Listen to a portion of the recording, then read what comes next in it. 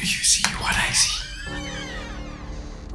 Jangan lupa untuk subscribe, share, dan nyalakan lonceng notifikasinya sebagai bentuk dukungan kamu.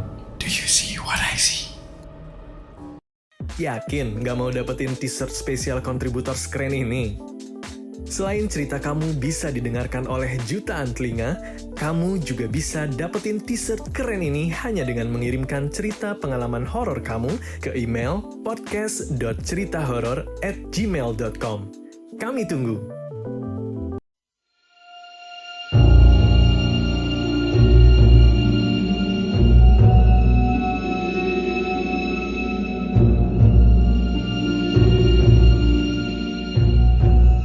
Heyo, assalamualaikum. Selamat pagi pada warga Desa Sukawedi. Apa kabar? Nama saya Risya dan saya dari Purwokerto. Kali ini saya pengen berbagi cerita sama kalian ya, warga Desa Sukawedi, tentang masa-masa SMP di mana saya study tour ke Jakarta gitu. Tahun 2010 kelas 8 ada program study tour ke Jakarta sekitar bulan Agustus. Biayanya itu hampir 500.000, 3 hari 2 malam. Perjalanan dari Purwokerto ke Jakarta menggunakan bis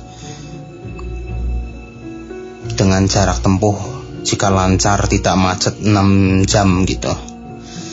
Berangkatnya itu sore jelang maghrib. Nah sampai sana tuh sekitar jam 4 pagi gitu ternyata. Nah ya karena macet di jalan.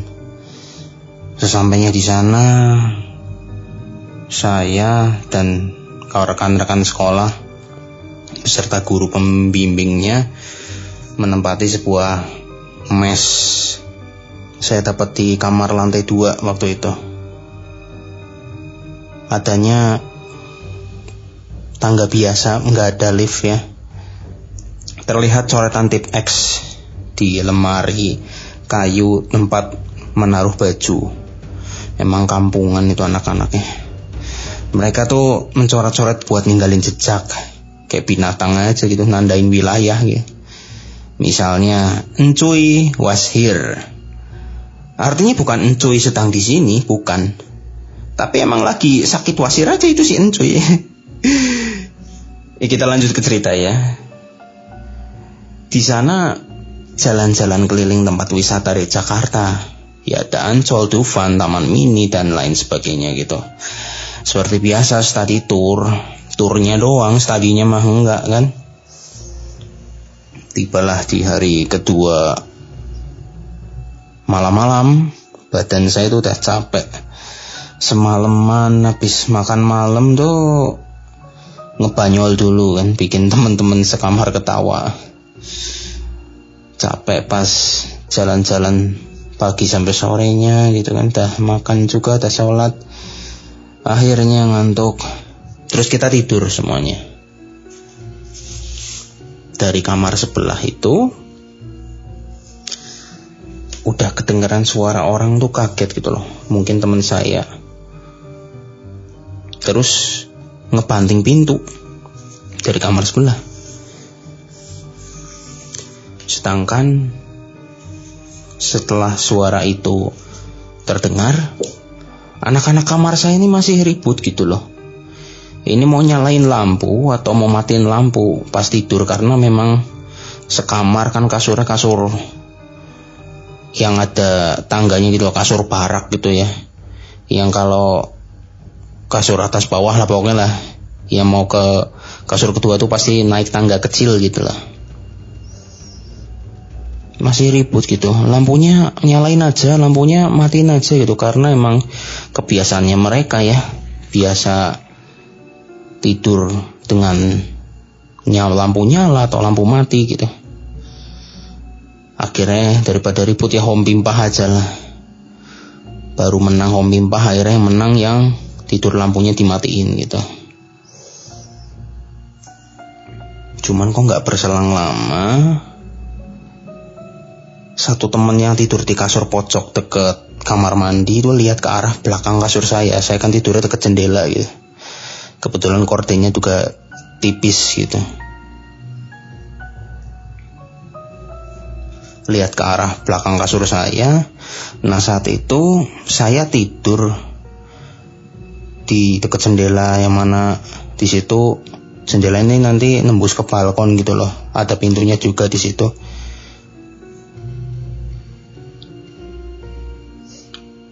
Teman saya ini melihat seperti ada yang melompat ke balkon, putih warnanya. Lompat, kelihatan dari jendela, katanya dia. Posisi waktu itu saya udah pulas, saya cuma dengar di kamar ribut-ribut dan pada keluar kamar gitu. Lampunya mati, pintu kamarnya tertutup. Saya yang masih tertidur hanya mendengar suara ketukan keras dari pintu balkon berulang-ulang. Bukan pakai tangan lagi, suara ketukan pintunya gitu loh, jeduk gitu. Berisik. Tapi nggak lama kok kamar saya itu jadi dingin banget gitu loh. Ya emang sih pakai kipas angin, cuman yang ini dinginnya beda gitu loh. Padahal waktu itu Jakarta lagi panas, pagi sama malam gitu loh. Kipas angin nggak gitu ngaruh. Nggak cuma hawanya yang dingin banget, kamar juga bau bangke. Nggak lama setelah itu, nah di luar kamar udah pada berisik banget. Pintu kamar digedor-gedor, dibuka-buka nggak bisa. Padahal tadi pas teman-teman keluar, ninggalin saya sendirian yang tidur di dalam. Pintunya tuh nggak dikunci, cuman ya udah nutup aja. Namun pintunya nggak bisa dibuka. Nah pas didobrak pintunya, teman dan guru pengawas tuh masuk, menyalakan lampu, dan mereka melihat sosok pocong yang berdiri dan menutupi saya yang sedang tidur. Gak lama, sosok itu menghilang. Dan menghilangnya berasap gitu loh. Saya yang dibangunkan waktu itu gak bereaksi gitu, karena capek banget gitu. Dan baru diceritain keesokan paginya. Pas habis sholat subuh, sarapan diceritain gitu, kaget lah. Masa iya saya padahal cuma denger ribut-ribut doang gitu loh, sama hawa di kamar rada gak enak. Tibalah di hari ketiga setelah ke tempat wisata terakhir. Setelahnya kita pulang dan sampai Purwokerto jam 12 malaman. Ya alhamdulillah sih sosok itu gak nyampe ngikut ke Purwokerto ya, karena ngebalikin ke Jakartanya lagi repot gitulah. Masa dititipin pakai tiki kan tidak dong. Ya gitu aja cerita saya mengenai study tour ini. Mohon izin promosi ya. Saya juga ada podcast namanya Belaka Suta Podcast. Podcast komedi membahas tentang hal sehari-hari. Ada cerita horornya juga kok. Namanya di segmen Kisah Misteri dan Memedi atau biasa disingkat Samidi. Kita tayang seminggu 2 kali biar gak ketinggalan. Kalau habis upload episode baru bisa follow di Instagram dan Spotify @Belakasuta Podcast ya. Terima kasih sudah mendengarkan cerita ini. Salam hormat juga buat Mr. Popo dan editor Mbak Devi dan juga Mas Ruli. Nama saya Rizya. Terima kasih. Wassalamualaikum.